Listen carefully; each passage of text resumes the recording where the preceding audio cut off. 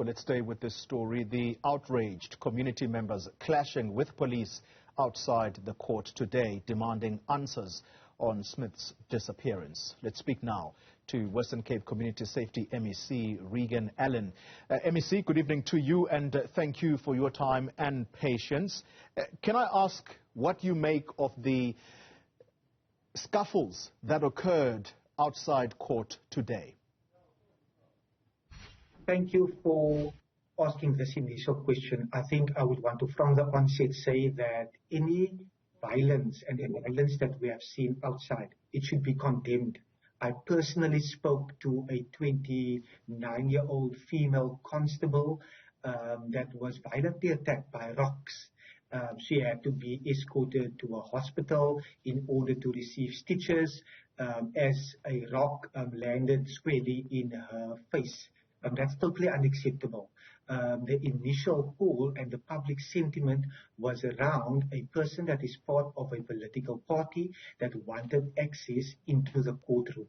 And as any viewer and as any media person will know, there would be certain government officials, members of the family, various stakeholders, but also only accredited media in a courtroom. And Vredenburg has a very small courtroom. This was relayed by the magistrate. It was actually a decision taken by justice not to allow this member of a certain political party to be in the court proceedings. MEC, is the community, though, justified in their anger because what they kept on shouting is, we want Joshlin. We want Joshlin. The community, if I were to give you my analysis, MEC, the community is worried in these areas that children cannot simply disappear in this manner, and therefore something is very wrong with what is happening in their surrounds. What is it that you as authorities are going to do to reassure this community? Thank you for interjecting on that particular point, because it's very clear we care as well. Hence, we have from our side fully done everything in our power to ensure that we can ensure that those particular sections that needs to be searched is actually zoned out. We have consistently communicated what can be communicated within the public domain, considering that we wouldn't want this particular case to be derailed. I'm going to make a number of comments now that I have seen to be highly problematic. Because we definitely see that anger from the community is acceptable. However, we can never see that anger lead to violence. We live in a democracy, we live with laws, and like I've indicated, a person was injured. A 29-year-old female officer was injured. Violence can never be condoned.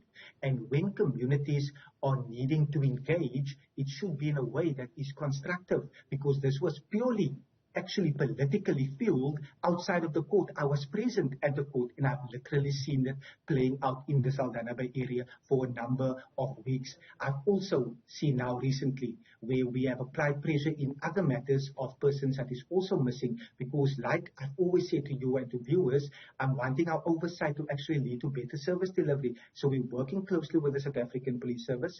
We are working with various stakeholders to ultimately ensure that Joshlin is returned safely. I've even demanded, Collie, that the exhibits that was found, each and every piece must be thoroughly analyzed, but also via the DNA forensic lab, we should be able to then get feedback on that particular one. We have dig into this particular one, but it has been, like I've indicated, highly political in that particular area, where there's live social media videos being made that is totally inaccurate with what is actually happening. And may I say the following? Say, for example, a political party makes a live video and they indicate that one particular person is a person of interest, but there's no evidence linking that particular person, but only because this political party is wanting to get mileage out of it.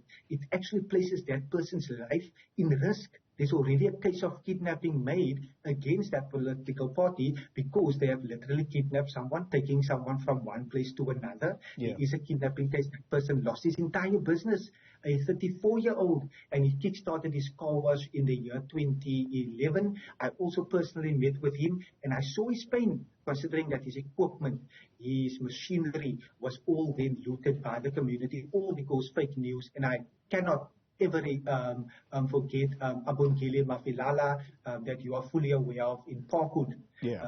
False claims was made against him, and he was set alight. 12 people are currently behind bars for that particular mob justice event. So we are seeing it is being driven politically.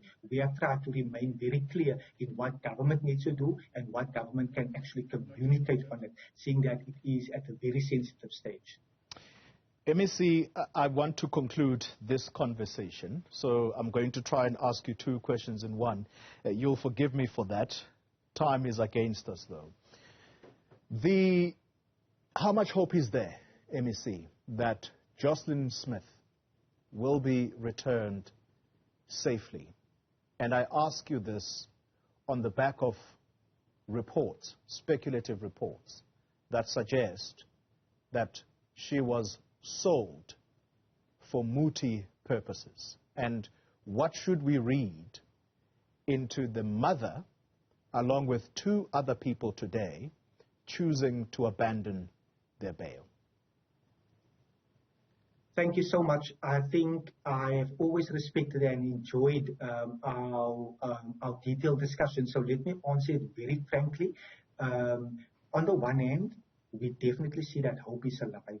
Yeah. We definitely hope, considering that we have followed up, and there's a number of leads that, as I've confirmed today with the South African Police Service, that a number of leads are being followed up. Also, in terms of the bail that has been abandoned, I think that's a step in the right direction.